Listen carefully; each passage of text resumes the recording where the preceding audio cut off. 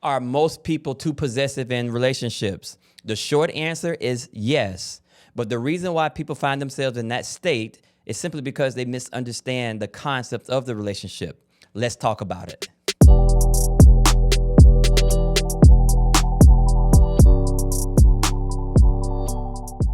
In my coaching business and working with many couples, one of the most detrimental things to a relationship is this concept of ownership, this concept of possessiveness. When you jump the broom, when you say I do, when you commit to a person, it is unfortunate that most people associate this commitment within that relationship as ownership. And that ownership turns into possessiveness. When a person says, that's my man, when a person says, that's my woman, these are all expressions of a mindset of ownership that will eventually turn into possessiveness within that relationship and eventually destroy the credibility and success and happiness within that relationship. Now, what is ownership? What is possessiveness? Possessiveness literally means that the transfer of the burden of doing the right thing within the relationship is in the hands of you versus your partner.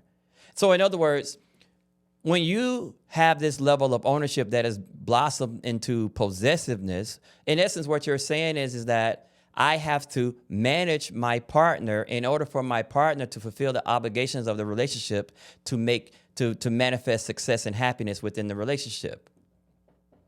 That's what I mean by transference of the burden. You see, when a person is possessive, a person is attempting to control and manage their partner. So like, for instance, where are you? Why didn't you call me? Why didn't you text me? Who are you talking to? Why is he talking to you? What did he want? What did she want? You see, these are all expressions of somebody who's in the state of, possessiveness, by which they think that they can increase their happiness in the relationship by managing someone else. And so when you are in a state of possessiveness, when you're attempting to manage and control this other person so that you can be successful and happy within this relationship, you're actually transferring the burden of doing the right thing in the relationship from its place it should be, which is your spouse, to your person.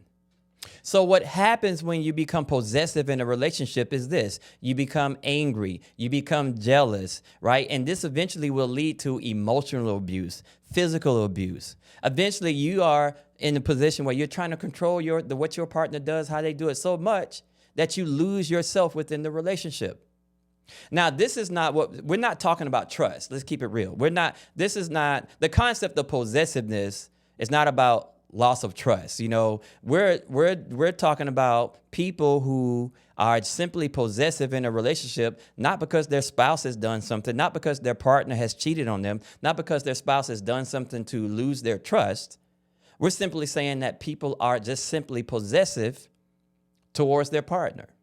Now, there are fundamentally two reasons why you become possessive in a relationship. The first one is you got into a relationship with the wrong person. So if you got into a relationship with somebody by which you have to manage and control them, right? They are unable to fulfill their obligations to make the relationship successful and happy within that regard.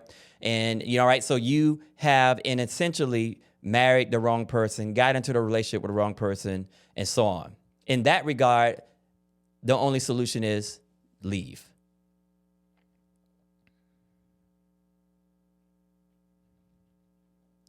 Leave or get out of the relationship. The second reason a lot of people get into being possessive is because they have some level of insecurity within themselves.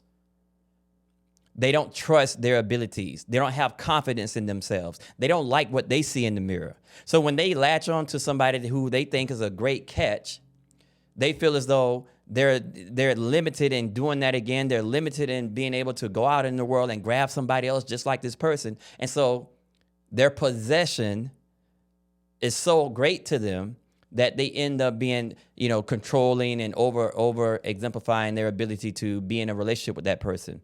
So they get into controlling and managing and so on and so on. So those are the two reasons why people typically will become possessive. A, you married the wrong person. You got into a relationship with the wrong person. And once you realize that, simply get out. It's time to move on. And the second thing is because we have some level of insecurity within ourselves by which, this woman, this man that's in our life is such a quote unquote high catch to us. In other words, this is a once in a lifetime thing. This is the mindset, right? That I can't go back out. If this relationship goes bad, I can't go back out and get somebody else just like this. So you place too much pressure on this particular relationship, this particular person that you're in, and you try to control and manage it to keep this possession close to you. Now, let's look at an example here. Let's say you're at a nightclub, right? You're at the club and you and your partner go to the club together, right? And you get up from the table or whatever, and you go to the bathroom and you come back and you see some person talking to your spouse. So a person who is being too possessive will go over and ask the dude or ask the woman, why are they trying to talk to their spouse? What's going on here? Why are you doing that? Kick rocks, bro, and so on and so on. And I've seen these situations actually turn into violence, actually turn into fights and discord and so on and so on. And so that's what a person who's a possessive person will do. When they see their spouse talking to the opposite sex, they're always questioning, always trying to figure out why. They're always trying to interject themselves to protect their possession. You know, I've seen women scent mark their husbands, you know what I'm saying? So when their husband is at a function and he's talking to somebody else, you see the woman automatically kind of find their way over there to the table or to where they're talking and, you know, try to scent mark them. These are all expressions of being possessive. It's not about trust anymore. It's simply about protecting your asset. But again, eventually that leads to micromanagement, jealousy, anger, emotional abuse, and so on and so on. You know, if in other situations as well, you know, you see, you know, a man will come over, see a woman talking to somebody. This could be at a business function. And he'll come over and kind of you notice if you're talking to somebody, next thing you know, husband is always there. You know, again, these are just expressions of possession. And what I want you to understand is that, you know, when you're in a position of possession, when your happiness is wrapped up in the person outside of you, when you feel as though you have to micromanage this person in order to keep them in your life, you got to know, and I want you to know based on this video, that you will eventually lose that relationship. Nobody wants to exist in that particular moment. You know, someone asked me one time, say, hey, you know, you don't care whether your woman talks to somebody or your wife talks to somebody or doesn't talk to somebody. And I said, no, I don't care if she has conversations with people. Who would care about that? And then they asked me, well, what happens if, you know, someone says something, someone speaks some incantation to your wife and she ends up going out with them, being intimate with them and all those different things. And here is exactly what my response would be to something like that. Thank you. Thank you for exposing to me the inabilities of my wife to me. Now I'm in a position to make a judgment and decision about my relationship. But nowhere in there should I be going around making myself unhappy, trying to manage who and what she talks to. That puts me in a state of unhappiness. It makes me a micromanager, and it puts us in a state of bickering and arguing when we should be doing more enjoyment, happiness, having fun with each other. But if there's some man out there who can whisper sweet things to my wife and get her to lose her control, then the only thing I can say to that is thank you. You know, I'm not trying to stand in the way to argue, to control my wife, to manage her. My life would be in complete detriment if I start trying to manage my wife when she's not around me. You know, there are people out there that try to control people when they're not even around. That causes you to be unhealthy, unhappy, unstable. So now you're going off, getting upset and doing things, ruining your own life, ruining your own career. Simply because either A, you married the wrong person. That's why I would say thank you. Or B, you have some insecurities within yourself. Okay, so now let's talk about some healthy alternatives. So instead of possessing your partner or your spouse or whatever relationship you're in, let's think about this. Think about obligations. Think about your relationship kind of like a contract. As a matter of fact, to be honest with you, A family is a business, and I will do another video on that. But a family is technically a business, and therefore we have these obligations that are what we call contractual agreements. And then therefore we're obligated to hold up our end of the contract. Now, I'm going to say an evil word to the millennials and Generation Z real quick. All right. And I know this is going to hurt your ears. So just prepare. Get ready. I'm going to say the word courtship. Now, I know people automatically, when they say the word courtship, they end up gagging, they end up throwing up on everybody around them, and so on and so on. But courtship is a good thing, because when we're courting, when we're talking, maybe the connotation of the word courtship sounds old. Let's talk about dating and getting to know each other. How about that? But doing the dating and getting to know each other, we define the obligations of the relationship. You have to define to me what it means to be in a relationship to you, so we can define all the boundaries. In some relationships, it's okay for people to be intimate with other people. Okay, so that's the obligations that you defined in the relationship. So we define the obligations during our dating process of what is acceptable behavior within the relationship.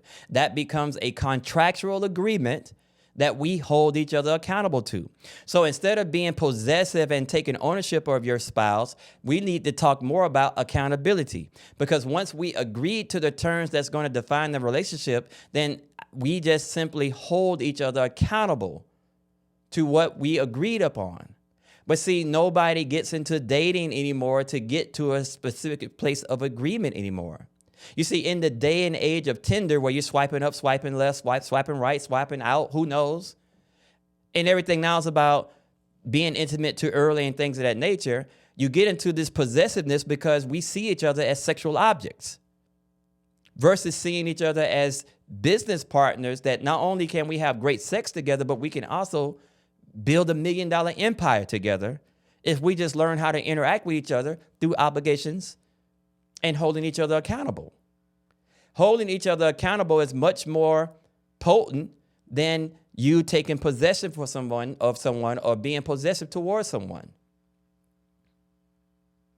Because we agreed upon the obligations. But see, most people, when they're dating, they become intimate too fast, and they don't even get to a place where they can actually discuss the obligations or what it's going to take to be happy within this relationship. They wait until they get into a relationship and then find that relationship cannot make them happy, because you never discussed the obligations and terms that would make you happy prior to getting into a relationship. You think that just simply being in a relationship, I should automatically know this through some psychic energy. And that is not the case. That is absolutely not the case. Defining the obligations within your dating process about what's going to make you happy and what's acceptable to both partners. And then as you move on, you're just simply holding that person accountable to what you defined. Now, let's look at this example. Let's say, okay, let's go back to the club. Now that we have transferred the burden and responsibility of fulfilling the obligations as defined through the terms communicated through our dating process, now that we have transferred the burden of doing the right thing back to its proper place, which is your spouse, which is your partner, which is your boyfriend. Now, in this club situation, you and your date go to a club, or you and your spouse go to a club, right? You go to the bathroom, you come back. You see a man or woman talking to your partner, your spouse. Now, since the burden and obligation to do the right thing has been transferred to that person, now I'm waiting to see how she handles that situation. So in other words, she's under the obligation to tell him, hey, I'm married, no, thank you, and keep it moving. 99% of men who try to talk to women, whatever, once they say that, 99% of men will keep it moving. They're not disrespectful in that regard. The only time I have to get involved is when she says that, and that doesn't work. Now I have to step in if the man is going too far with the situation. But the burden of shunning or putting people in their place or keeping relationships in their place according to the obligations of our relationship is her responsibility. It's your spouse's responsibility to do that. And I'm just simply here to hold her accountable to her duty and responsibility, to her obligation that she accepted before we decided to get into a relationship with each other.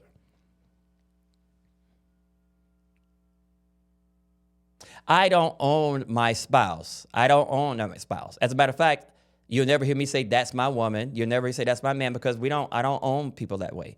She has the responsibility to talk to whoever she wants to, as long as she keeps the conversation within the obligations of what we decided upon. That level of freedom keeps the relationship in a state of happiness. It keeps the tension of jealousy down. It keeps the tension of anger down, micromanaging down. It keeps all those things down so you can truly experience happiness within that relationship. It is impossible for you to be happy in your relationship if your spouse or partner cannot control themselves, or you have to do the controlling for them. So, the answer to the question, are most people too possessive in relationships? The answer to that question is yes. The reason why is because they just don't understand how, instead of being possessive, if you just spend a little bit more time dating, a little bit more time courting, a little bit more time getting to know each other and establishing the boundaries of what you enjoy. If you don't feel like you're going to be able to be faithful to one person, let's make that a part of the conversation. One of the things that I do like within this new day and age that we're living in is the getting rid of these labels and boundaries to what a relationship can look like. That's one of the things that I do enjoy about the millennials and Generation Z is we don't have to hold to these boundaries, right? We can decide the terms of our relationship through our courtship process ourselves, and then attempt to live those principles to bring about success and happiness within our lives. You don't own another person. Each person is an expression of consciousness manifesting through the limitations of the mind itself. It's impossible to own. It's impossible to enslave people. It's impossible to find happiness through attempting to enslave people. You want your spouse to be able to express their freedoms within the obligations of the relationship, will eventually allow both of you guys to grow to a point where your level of success, happiness, and enjoyment can reach its all-time high.